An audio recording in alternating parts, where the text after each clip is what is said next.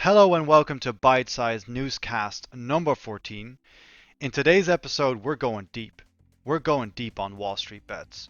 We're uncovering the history of how this whole spectacle with GameStop evolved.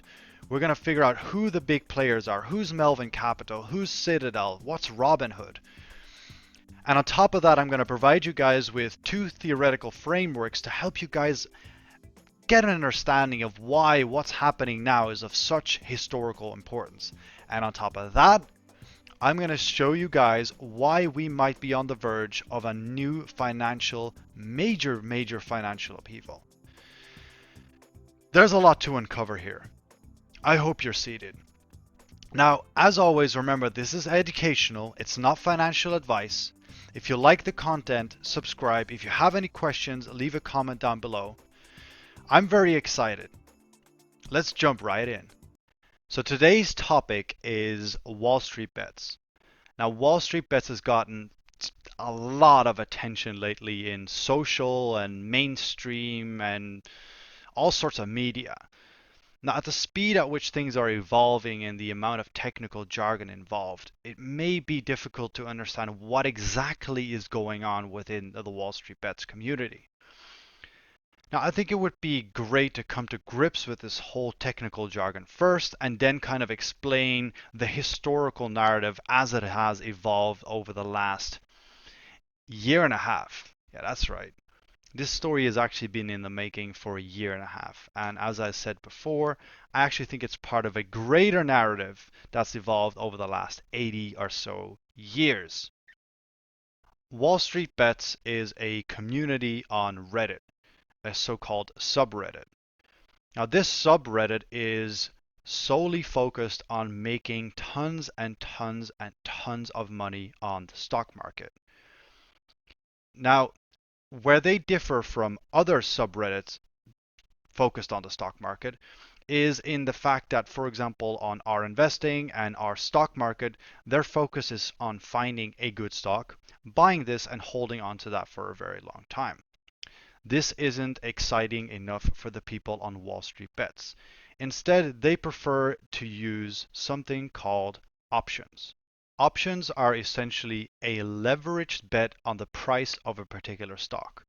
Now, without making it too complex, there's two positions that you can take in this regard. First is a put option. And a put option is basically the bet that the price of a stock will go lower in the future. It is also known as being short. Now, the other end of the scale is being long. This is called a call option.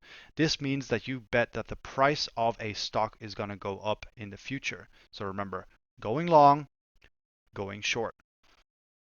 Also remember that leveraged action means that the price action of a particular stock is accentuated. It is exponentially increased. So now that we've got some of the essential jargon covered, let's jump into the meat of this story. Now we're going back all the way to 2019, August to be specific. Most probably to a basement somewhere in the United States. And this is where we meet our hero, Deep Fucking Value. I'll call him DFV from here on out.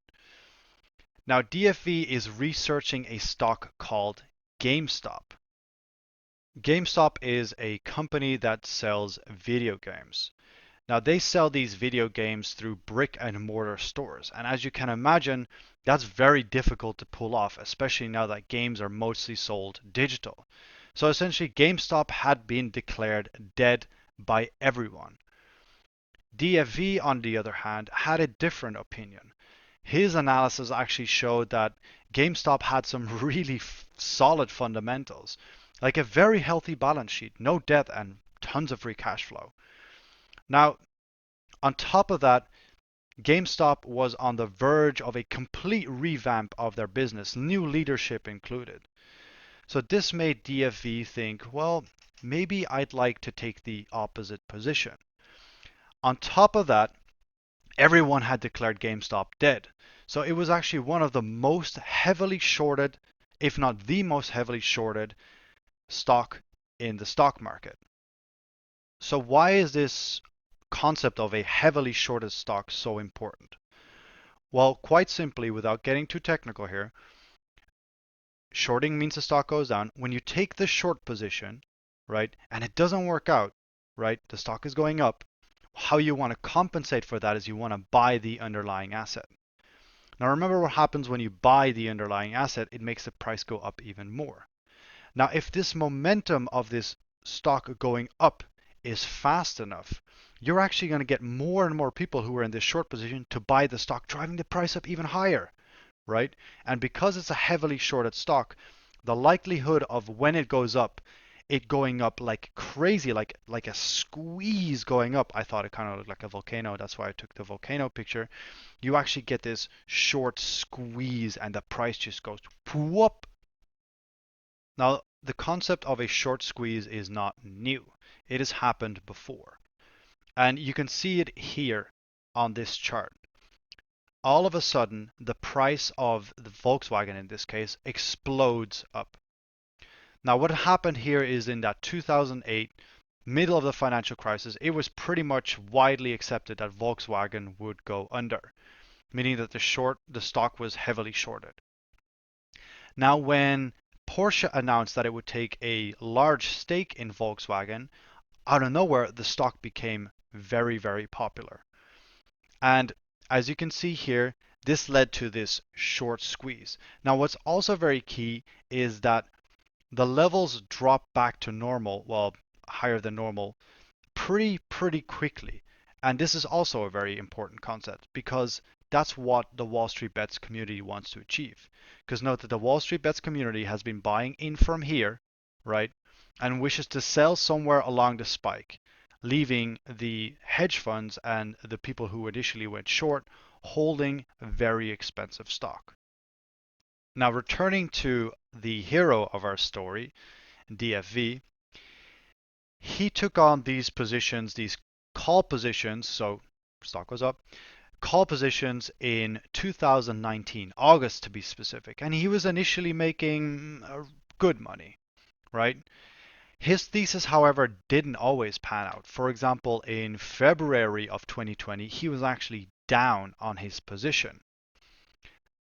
Now, he stuck with it, and by August 2020, he was making sizable returns, and his posts on subreddit were actually gaining some real traction. Now, by November 2020, he was making hundreds of thousands every day, or not every day, but regularly. He was up nearly 2 million, and his posts were getting some real momentum on Wallstreetbets. Now, DFV's success and his very popular posts on Wallstreetbets, coupled with the fact that the GameStop price was going up, in combination with the fact that the genuinely good new management for GameStop was coming in, got a lot of people on Wallstreetbets very interested in GameStop. Now remember, it was still trading between $10 and $15 at the stage. Now, needless to say, if a lot of people pile into something, it gets some sort of memeology, if you want to call it that. Now, the first time this arrived on Wallstreetbets was in a concept called Can't Stop, Won't Stop, GameStop. And as you can see here, this became very popular. We can see the beginnings of the GameStop memes. Now, as you can see by this chart, the stock price started slowly moving up. Now, this is January 21st, 2021, and the price is already at $38, which is nearly a tenfold at what DFV bought it for. But you can see here the price is slowly creeping up. And remember what I told you about covering shorts first. Here you can already see the first little spike, right? People have started covering their shorts. And this is where the price truly started taking off. Now, in the world of Wallstreetbets, the short squeeze had officially begun. They had gotten what they wanted. Now, remember that at the other end, the receiving end, are people who went short. And one of the biggest short sellers was Melvin Capital. Now, as you can see here, Melvin Capital was definitely on the receiving end and it lost 50% of their value in January. Now, in order not to go bankrupt, Melvin Capital got a cash injection to the tune of 2.75 billion from a company called Citadel. Now remember, in order for Melvin Capital not to blow up, they got a cash injection, 2.75 billion from Citadel the very next day from Citadel. Now, who's Citadel, you may ask? Well, Citadel is a major investor and partner of Melvin Capital. Crucially, Citadel is also a major investor and partner of Robinhood. And Robinhood is a trading platform that all the Wallstreetbets people love to use to trade their options. Now let's unpack that for a second. On the one hand, we have Melvin Capital, a hedge fund that's taken a bad bet on GameStop and is about to be blown up. On the other hand, you have Robinhood, the platform that a bunch of Redditors are using to blow up Melvin Capital. In the middle is Citadel. Citadel's friends with Melvin Capital, they're investors, and Citadel's also part owner of Robinhood. Now imagine for a second, you're Citadel. Your bodies are about to be blown up, but you also have the platform that is causing this whole predicament. Would you at all be kind of tempted to maybe call up the Robinhood people and ask them if maybe there's something they could do about this little predicament they're in? Now, what happened the day after Citadel provided Melvin Capital with their cash injection? Well, Robinhood announced it outright banned the buying of GameStop. You were only able to sell the stock on their platform. Now, as far as I'm concerned, if you're no longer able to buy something but only sell it, making the price go down, that's outright market manipulation. And who does that benefit? Yes, Melvin Capital. Mere speculation, but I'm just saying. Now, obviously, I'm not alone in this. This whole scenario caused a massive uproar. I'm talking the extreme right, Ted Cruz, a gun activist, agreeing with AOC. I can't pronounce that whole name, but she is a very left-wing environmentalist. They're agreeing on this. So extreme left and extreme right agreeing on something in the United States. Crazy, right? At the same time, Robinhood, the app, received 200,000 one-star reviews on the App Store. Now, the CEO of Robinhood obviously received major flack for this. So he appeared on an interview with CNN in order to explain his situation. And basically what it broke down to him for is they were dealing with a very unique situation. And they simply did not have the finances to deal with this unique situation. Now, fundamentally, I can understand this. It's the GameStop situation is very unique, and the platform wasn't quite prepared for it. But let me ask two very, very simple questions. First, why stop the trading of the actual stock? If you have difficulty covering your financial position, why not just stop the trading of expensive stock options? Stock trading, the buying and selling of stock, doesn't really cost you anything as a platform. It makes no sense. Secondly, where the hell is Citadel? That rhymes, I love it. They managed to inject 2.7 billion into Melvin Capital, a firm that's losing money hand over fist because they did a bad job. The very next day, they injected 2.75 billion, but inject some money into Robinhood? Nah. Why would you do that? That platform's making you millions every single day. It's an incredibly important stream of information for Citadel because Robinhood sells information to Citadel, just so you know. And also remember that when Robinhood goes public, Citadel will make billions, many billions, from their unicorn platform.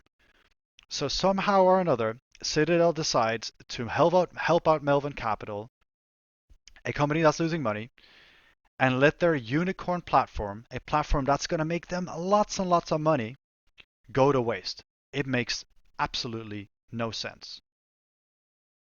Now, there's clearly some shenanigans going on, some shady manipulation going on. It's so obvious, right?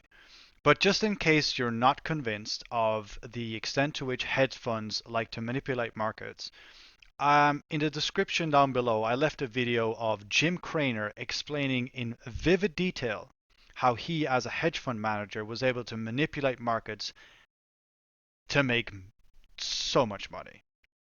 Oh yeah, and just in case you're just not convinced yet, I almost forgot about this one, but here's a screenshot of what is clearly a bot trying to spread fear, uncertainty, and doubt on the Wallstreetbets subreddit. These are all posts by the same bot. Look at this. If this isn't trying to manipulate Wallstreetbets, then I don't know what is.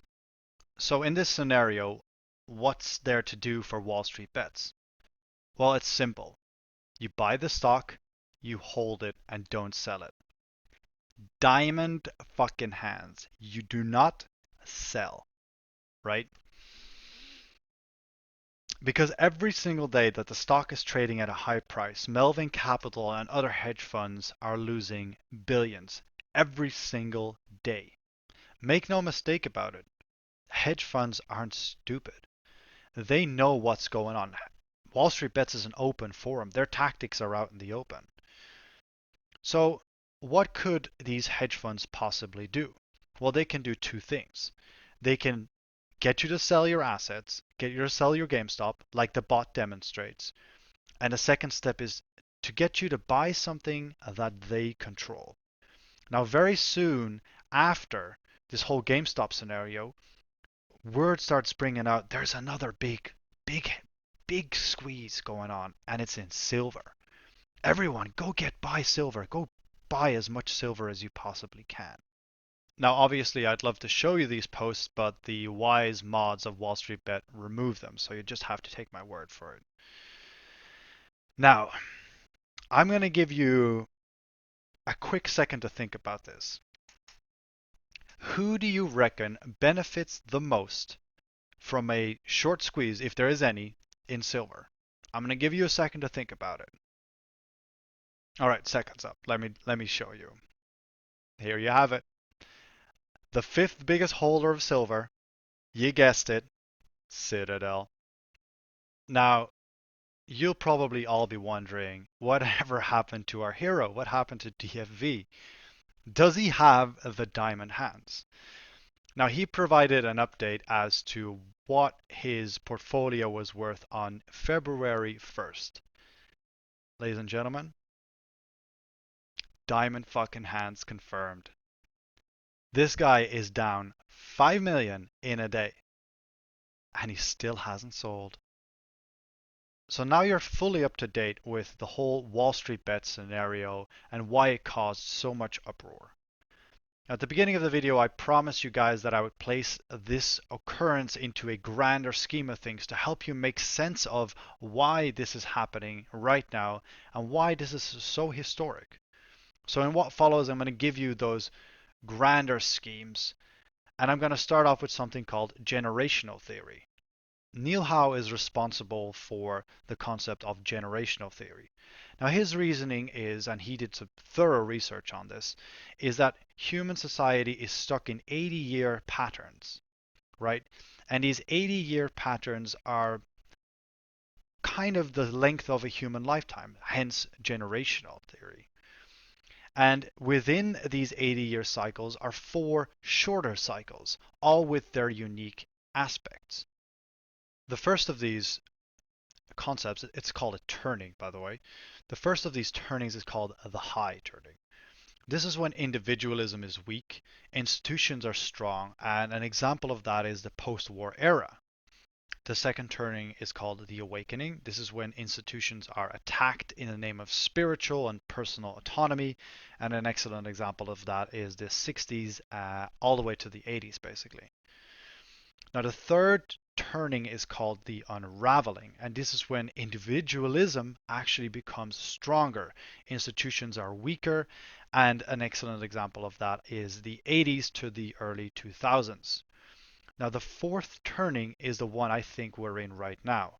And this is when institutions are destroyed and rebuilt in a different light. And that's very much the current turning. And we can see that everywhere in yellow vest protests, in Occupy Wall Street. And I think Wallstreetbets is just another symptom of this strong individualism that is going after these institutions and really wants to tear down the establishment and rebuild it in a new light. I also think crypto is another perfect example of this. It's a rebelling against financial institutions which have been responsible for the 2008 financial crisis. Now, obviously, generational theory doesn't perfectly describe Wall Street bets. But what it does help us understand is why concepts like Wall Street bets are so prevalent nowadays, and also why Wall Street bets is so ferocious, so intense in attacking these institutions. It's just because we're in this fourth turning, this crisis turning, where everything is just amped up and everything is just aimed at tearing down these institutions. All right, moving on. It's time for the second theory. Now, do any of you know Ray Dalio? And for those of you who don't know, Ray Dalio is an exceptionally successful investor. But he's probably equally well known for his theories on the long-term debt cycle. Now, what the long-term debt cycle essentially describes is that every 5 to maybe 10 years, on average, there is a boom and bust. We all know this. So every 5 to 10 years on average, we see the economy grow and crash, right? And what essentially happens is that when there is a boom, when everything is going well, money is incredibly cheap. Interest rates are low, money's flowing through the system, everyone's happy, and everything's going well. And debt gets built up. Now, when we have the bust cycle, people go bankrupt. And some of that debt that gets built up during the boom doesn't get built off during the bust. And what this actually leads, as you can see in this chart, is that the debt actually gets built up into a longer term cycle, a long-term debt cycle. And over time, this debt gets so big, so insurmountable, it can't be paid off. And that's when we get this long-term debt cycle. Now, what that essentially means is that this debt becomes like a sinkhole. It sucks up all the new money. And what it leads to is that every time the government stimulates the economy, that's what they do when we are in this bust cycle, the government spends money, prints money to bust us out of that cycle, to bring us into a new boom. The amount of money they have to insert into the system gets bigger and bigger every single time. And that's why we see these huge government stimulus. Now, to kind of give you an example, to give you an idea to conceptualize where we are in this cycle, 25% of the money ever printed, was printed in the last year alone.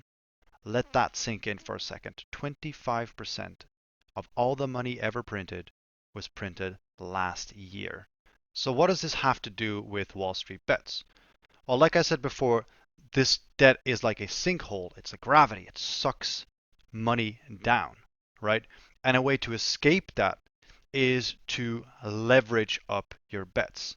And this is exactly what hedge funds have done, right? In order to escape this debt, they are leveraging up their bets 10 times, 20 times, 50 times, even 100 times, right? But when you're leveraged, you're also very much exposed to the downwards. So when you don't perform well, the pain you're suffering is 10, 20, 50, 100 times as worse. And that's why when GameStop happened and these hedge funds didn't have their bets right, they started scrambling. All of a sudden, they were losing money hand over fist, and it went really fast. Melvin Capital lost 50% of their value in 1 month alone.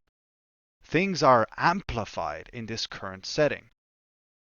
Now, if we take the amplified setting generated by the long-term debt cycle, and combine it with the fourth turning, a social development that has been developing over the last 80 years, we get to see these two monumental developments that have been going on for a long period that are both very amplifying, very intense, and combine them at this very moment when Wallstreetbets fights the hedge funds.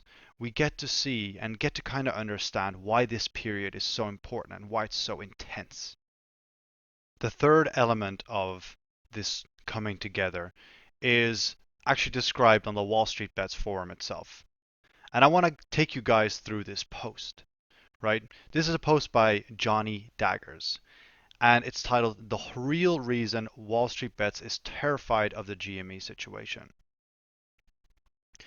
Now, Johnny Daggers was a little puzzled by the severity of the reactions from Wallstreetbets, especially this week. Now, obviously, me and Johnny Daggers disagree on why this is, but let's just take his perspective. He thinks there is something much, much bigger going on here, something big enough to blow up the entire financial system. He thinks the hedge funds, clearinghouses, and DTC executed a coordinated effort to put GameStop out of business by conspiring to create a gargantuan number of counterfeit shares of GME, possibly 100 to 200% or more of the shares issued by GameStop.